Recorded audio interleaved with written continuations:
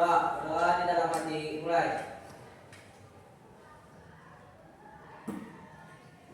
Berdoa selesai. Ya, terima kasih kepada Ebul yang sudah memimpin doa. Nah, sekarang Ibu akan mengabsen. Siapa yang tidak hadir?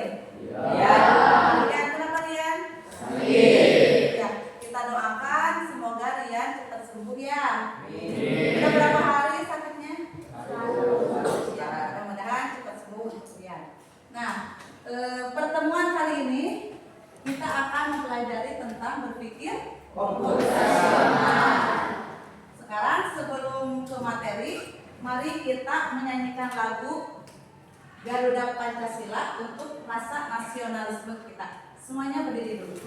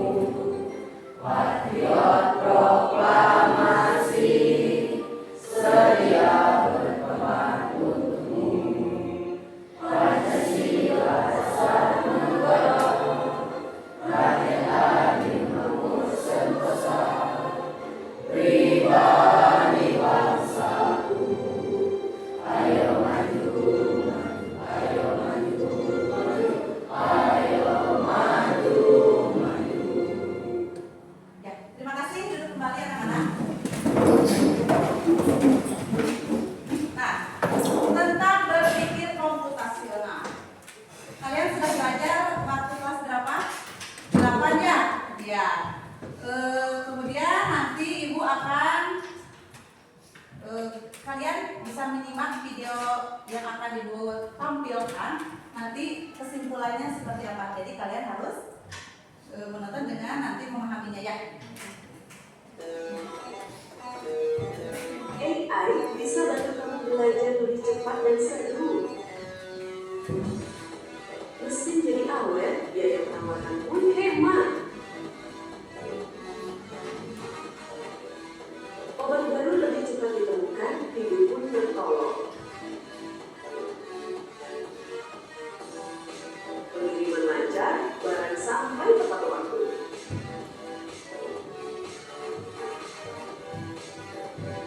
Perubahan iklim bisa diprediksi, bumi kita pun terjaga. Data aman, serangan cyber pun teratasi.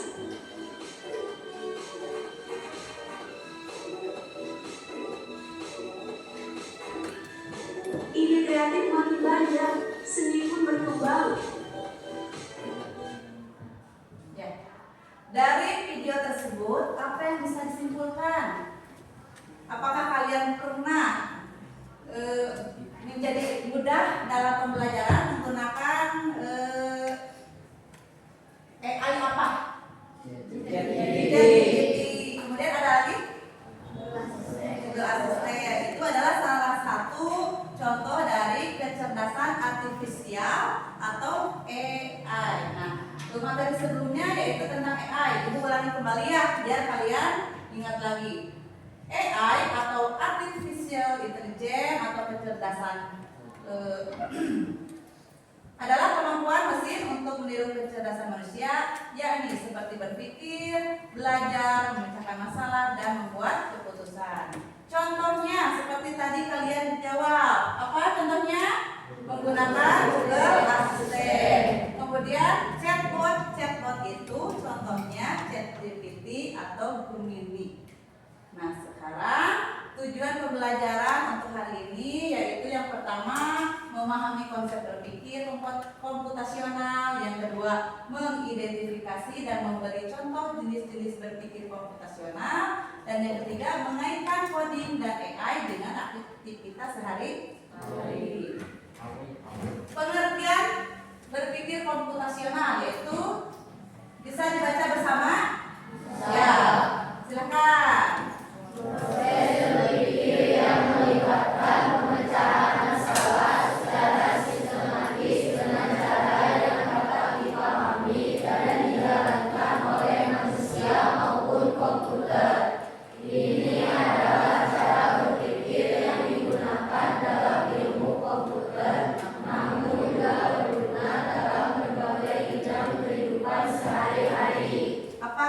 kalian pernah mengalami berpikir komputasional?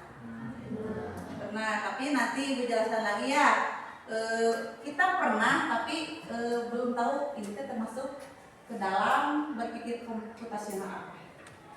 Nah, jenis-jenis berpikir komputasional itu ada 4. Yang pertama, dekomposisi atau pemecahan masalah. Memecah masalah besar menjadi bagian-bagian kecil yang lebih mudah dikelola dan diselesaikan. Contohnya, memasak nasi goreng. Kalian memecah kegiatan menjadi beberapa langkah kecil. Yang pertama, menyiapkan bahan dulu, kemudian mengiris bawang, menggoreng telur, menumis bumbu, lalu mencampurkan semua bahan.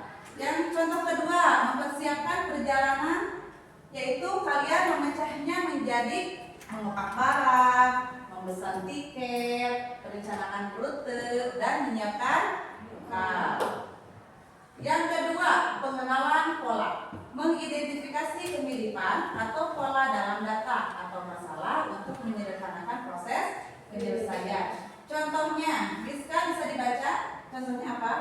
Melihat jadwal pelajaran, kamu menyadari bahwa setiap hari Senin selalu ada pelajaran matematika di jam pertama. Membaca cuaca, jika setiap kali langit mendung lalu turun hujan, kamu mengenali pola bahwa mendung sering diikuti oleh hujan. Oke, terima kasih. Sudah mengerti contohnya? Dari contoh itu pengertian dari pengenalan pola? Ya. Yang ketiga, abstraksi. Coba Saiful baca pengertian dari abstraksi. Kelihatan nggak dari sana? Ya. Memfokuskan pada informasi penting dan mengabaikan hal yang tidak relevan untuk menyederhanakan masalah. Oke, contohnya Herdi. Coba bacakan. Yang pertama, menggambarkan tentang sekolah. Kamu tidak menggambar setiap kursi dan pintu, hanya lokasi kelas, kantin, dan ruang guru yang penting. Contoh yang kedua, memberikan petunjuk jalan. Kamu hanya menyebut arah utama dan patokan besar, bukan setiap gang kecil yang dilalui. Ya, terima kasih. Nah, yang kedua, pernah kalian memberi petunjuk jalan kepada orang yang belum kalian kenal? Misalkan kalian berkenalan, kamu rumahnya di mana? Misalkan kalian berarti menyebutkan patokannya di mana? Pernah nggak?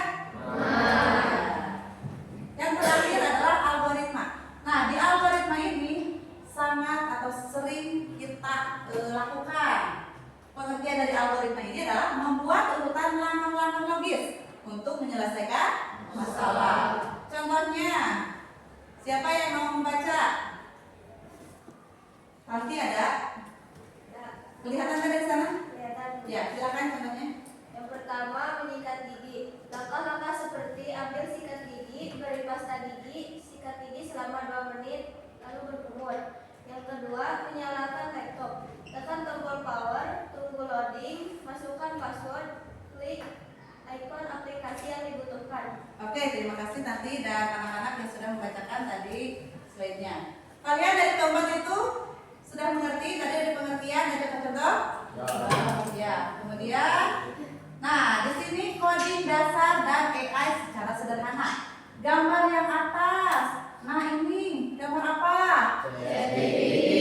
Ya, bagus. Yang kedua yang bawah ini gambar apa?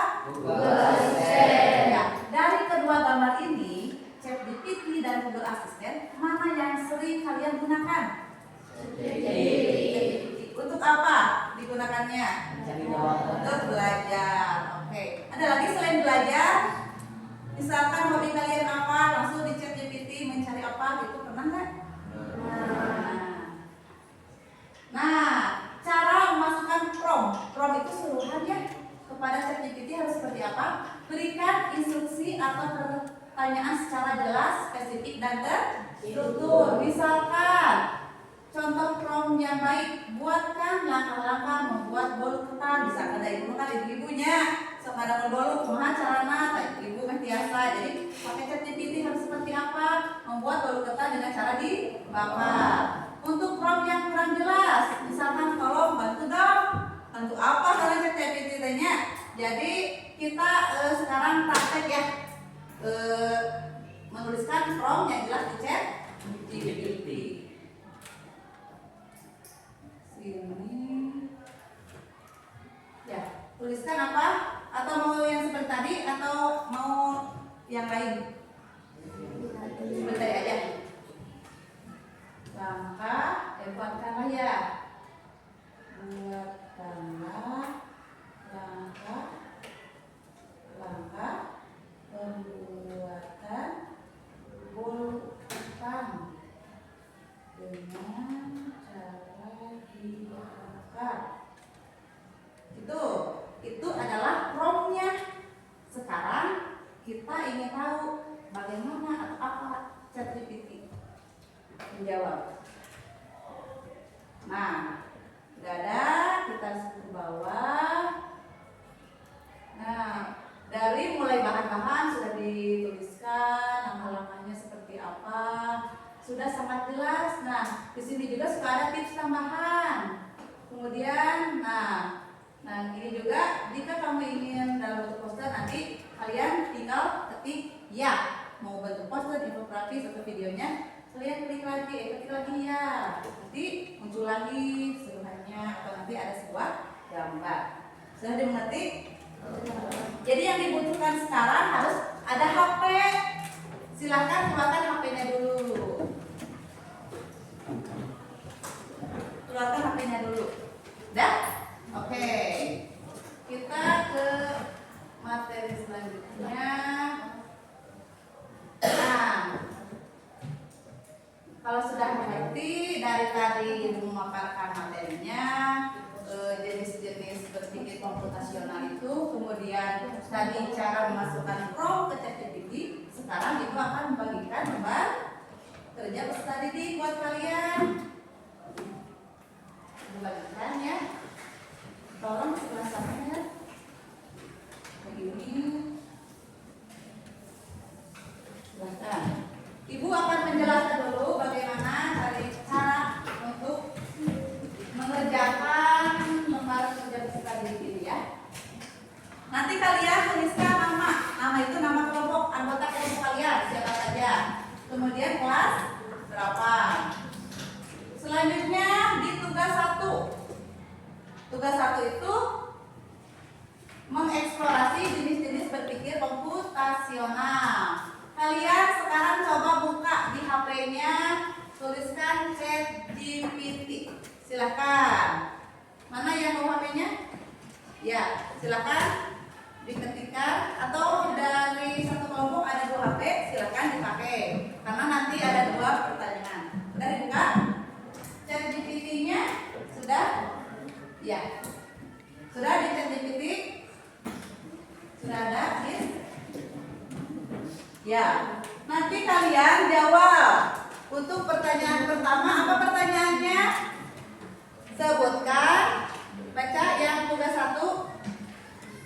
Sebutkan jenis-jenis berpikir komputasional beserta contohnya dalam kehidupan sehari-hari. Oke, berarti nanti kalian tuliskan prompt itu di ChatGPT. Nanti pasti ada penjelasan singkat tentang pengertian dari keempat jenis berpikir komputasional dan contohnya dalam kehidupan sehari-hari.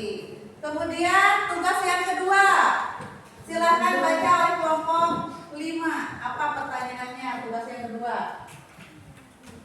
Berikan satu contoh masalah sehari-hari dan bantu pecahkan dengan berpikir komputasional. Ya, nanti sama prompt-nya yang itu ke ChatGPT. Nah, sekarang silakan kalian kerjakan tugasnya dari waktunya 5 menit. Silakan selama mengerjakan. Waktunya 5 menit ya.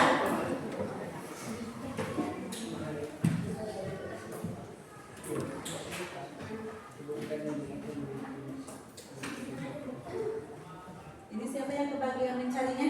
Epul. Ini siapa yang kebagiannya? Tadi ada 2 kan rupanya?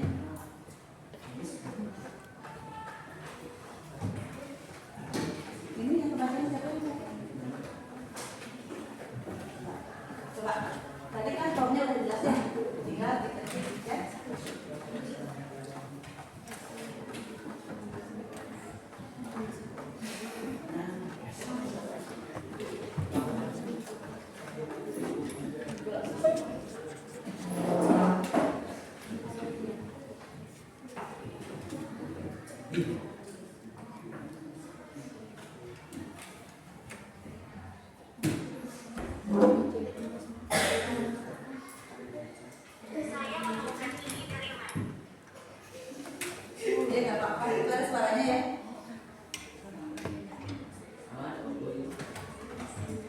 Didi yang bertugas. Ya, silakan. Ada kan isinya? Iya, lebih mudah. Ya, boleh disebutkan. Waktunya 5 menit ya. Berarti ada yang mencari, ada yang mencatatnya. Hasil dari ChatGPT.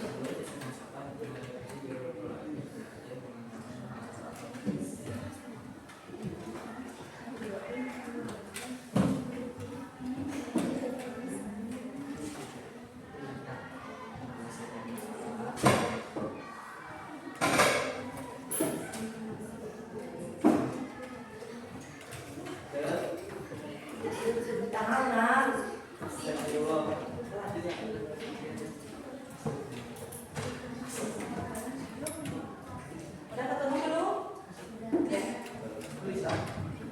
Tulis sama siapa?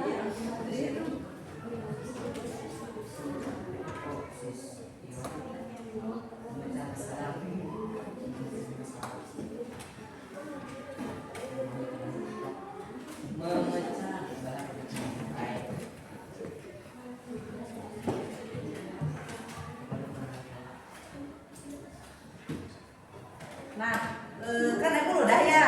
Berarti yang lain lagi biar cepat nanti. Nah, berarti tugasnya kedua apa gitu? Ada HP ini yang satu, yang kedua siapa biar cepat. Sudah dapat yang kedua satu? Yang kedua dua? Nah, itu bagi-bagi tugas.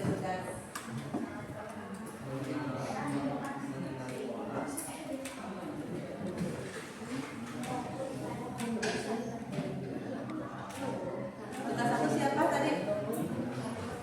Tugas satu. Tugas duanya boleh siapa? Kita cepat nanti.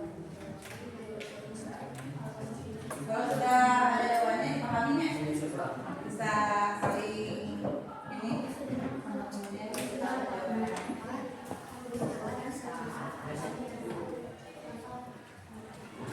Ini menyusun data.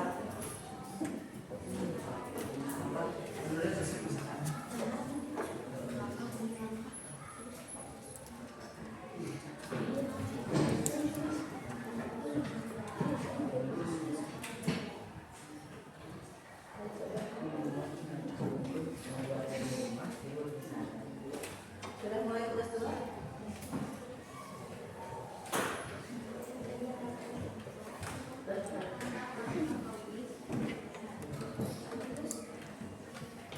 Nanti perwakilan dari kelompok ke depan ya.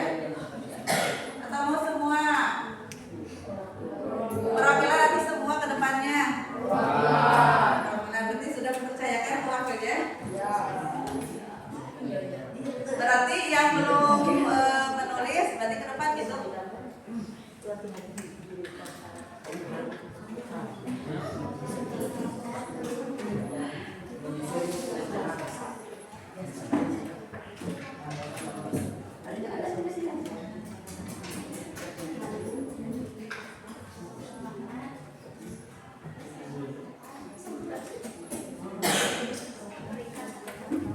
Tulis,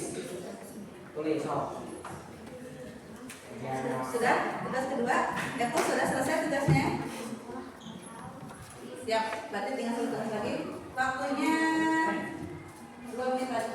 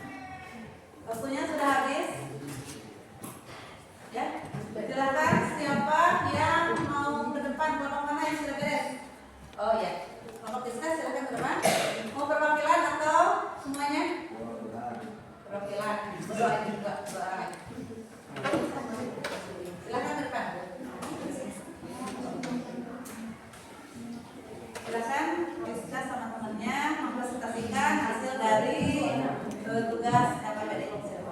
Semuanya tolong ya fokus. Assalamualaikum warahmatullahi wabarakatuh.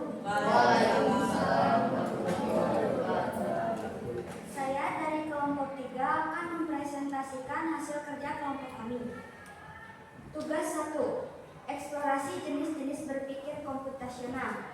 Perintah untuk ChatGPT. Sebutkan dan jelaskan jenis-jenis berpikir komputasional beserta contohnya dalam kehidupan sehari-hari.